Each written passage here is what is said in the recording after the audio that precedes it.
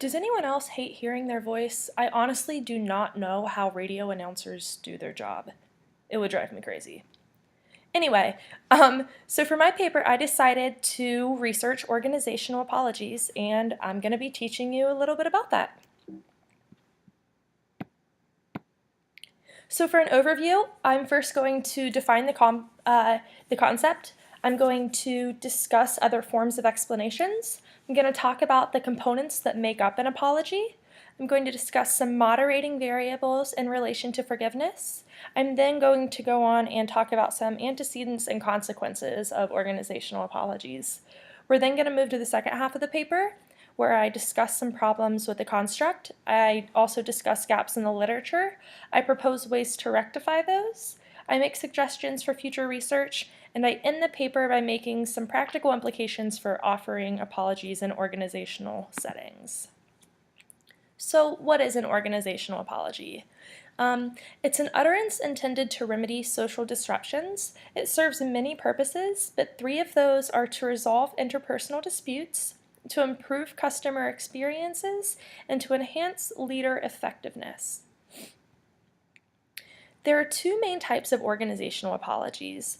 Accommodative responses are full apologies that include a corrective action. Now, these apologies are characterized by organizations taking full or substantial responsibility for the failure that has occurred.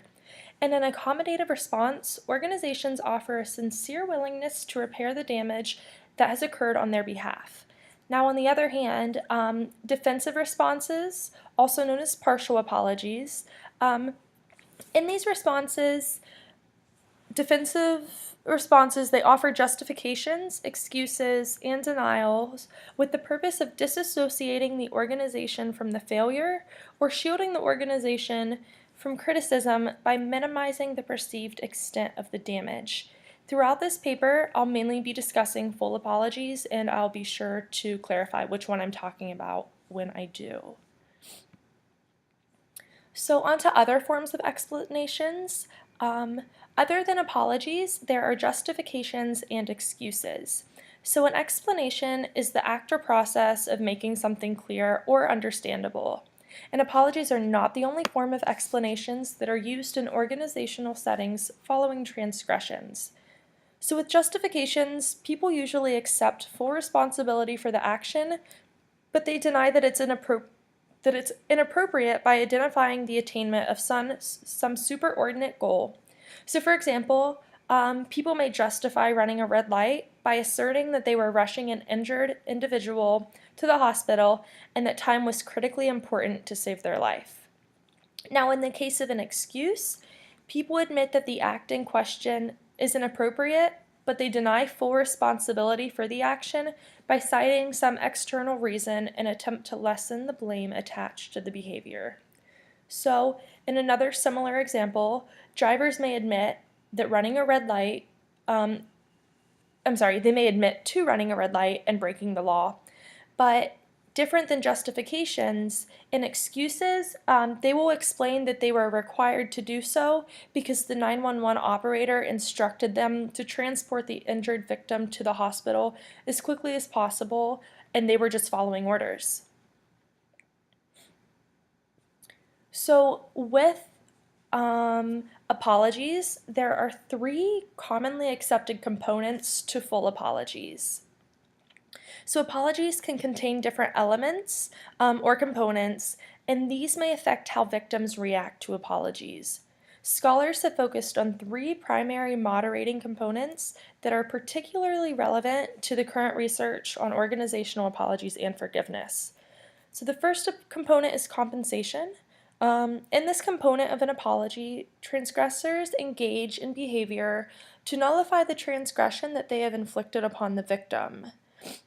Next, we have the expression of empathy. So, whereas offers of compensation focus on equality through exchange, the second component, remorse or expressions of empathy, they focus more on relational issues. So, in its simplest sense, remorse is an expression of guilt for a wrongful action. Now, the third component is acknowledgement of violated rules or norms. And this component expands the relationship to include the group context. So by acknowledging a wrongdoing, such as a violation of rules or norms, transgressors admittedly proclaim their lapse and they assume responsibility for the disruptive behavior that they have exhibited. Some other components. So although the majority of scholars agree that apologies contain three major components, other scholars argue that full apologies can contain up to 7 components.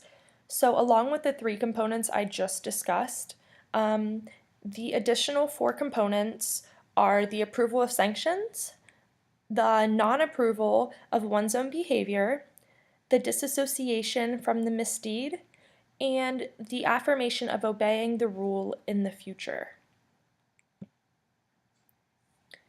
Now, in addition to the actual content that is verbally expressed in organizational apologies, researchers have identified other variables that affect an apology's success in eliciting forgiveness.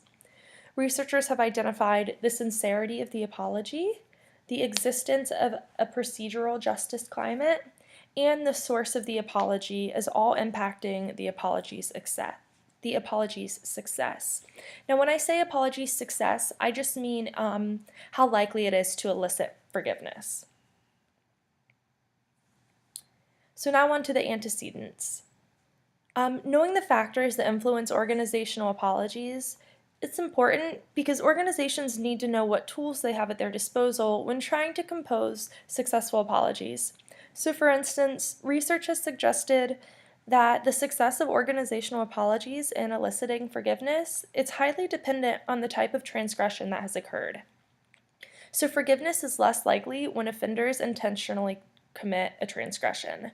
Now, I wasn't too surprised when I read this, but I think it is important to state the obvious facts as well. So also with that, forgiveness is more likely following an apology when transgressions were unintentional. Researchers have also identified views of transgressors prior to the transgression as having an impact. So a more caring and more trustworthy view of a transgressor, that equals more sincere views of the apology following the transgression. So if you view your transgressor as trustworthy and caring, you think that their apology will be more sincere and you're more likely to forgive them and to accept their apology. Also, the professional status of the transgressor has been identified as impacting the successfulness of their apology. So I thought this was super interesting, but apologies are more effective when they are given by a manager as compared to a subordinate. Now, there are some speculations as to why this is, but a lot of people think that managers are less likely to be expected to apologize. So when they apologize, their apology is more sincere. It really comes from the heart, and therefore people forgive them more often. Now, some consequences that relate to organizational apologies. The timing of an apology is a huge one. Also, I was very shocked when I learned what I'm about to say. So later apologies are more effective than earlier ones in eliciting forgiveness. And researchers believe that this effect was mediated by feeling heard or understood. Personally, I thought that the longer it takes for someone to apologize, the less likely people would be to forgive them, but turns out it's just the opposite. And also organizational turnover. So the lack of organizational apologies leads to higher organizational turnover, not too surprising there. Willingness to cooperate. Attitudes towards forgiveness are positively related to willingness to cooperate.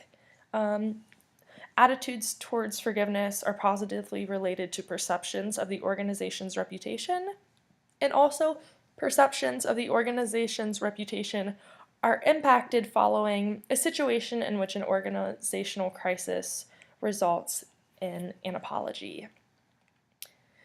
So it looks like there are consequences that impact the organization as a whole and just not those employees who are directly affected by the transgression.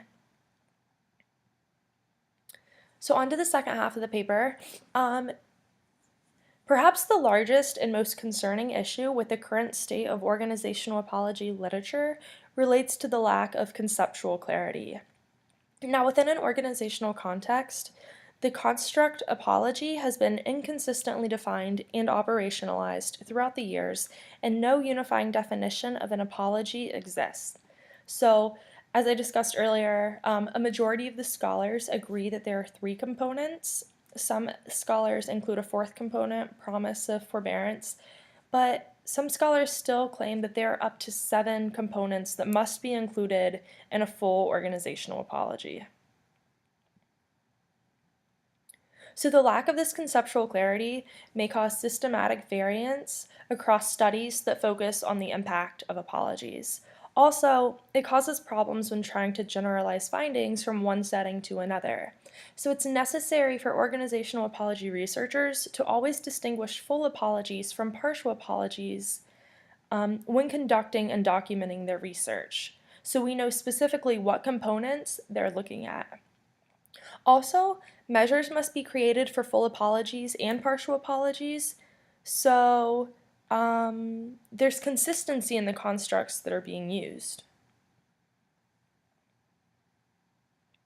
Now, on to gaps in the literature. In regards to research on relationships prior to transgressions, I was only able to find about a handful of studies that looked at this topic. There's also a gap in examining how observers and targets of apologies appraise messages differently. So what I mean by that is a target of an apology would be someone who's directly being apologized to, whereas an observer would be like a coworker or maybe a customer who overheard that apology, was aware of the transgression, knew what happened, and then observed the apology, even though they weren't the one who was directly being apologized to. So like I said, there seems to be a gap in examining how those two different groups would appraise messages differently. Finally, there's very limited research across cultures on organizational apologies. This is huge. Outside of non-Western cultures, not much research has been done.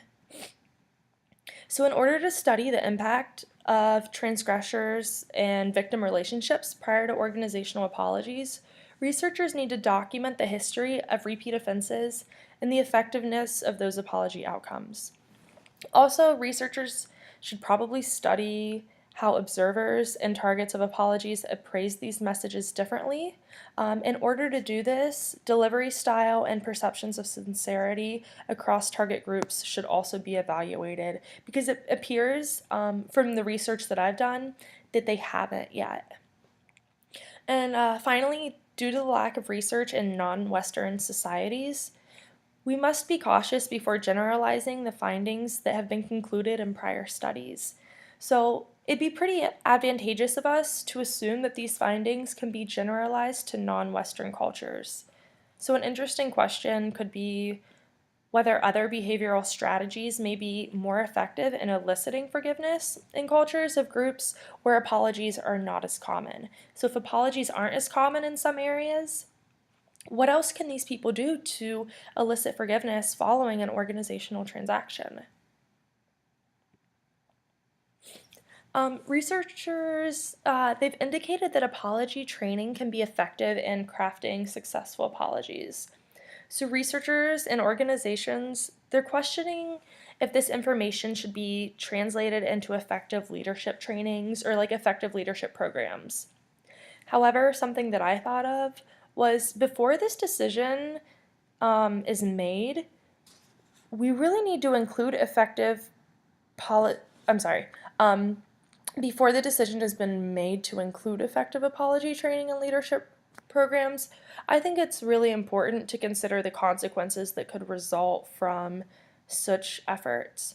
So is there a possibility that these training programs could result in apologies really not seeming very sincere? So maybe employees would be skeptical of the sincerity of the apology if they knew that their leaders attended apology sincerity training courses. Like, think about it.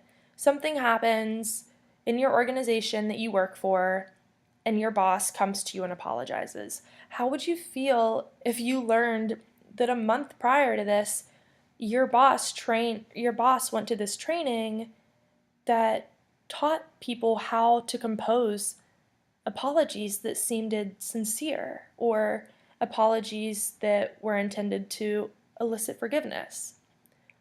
I think that that would have some negative effects, but researchers really are trying to incorporate this training into organizations today. So I think that there's a need for organizations to learn how to deliver apologies that are reviewed as sincere and elicit forgiveness in a way that doesn't have these negative effects on employees. But I don't know. I'm open to your thoughts and your suggestions. So if you guys have any questions, if you were interested, if you were like bored out of your mind, also sorry about that. But go ahead and email me with any ideas you have, and I look forward to watching your presentations. So good luck, everyone. Thanks.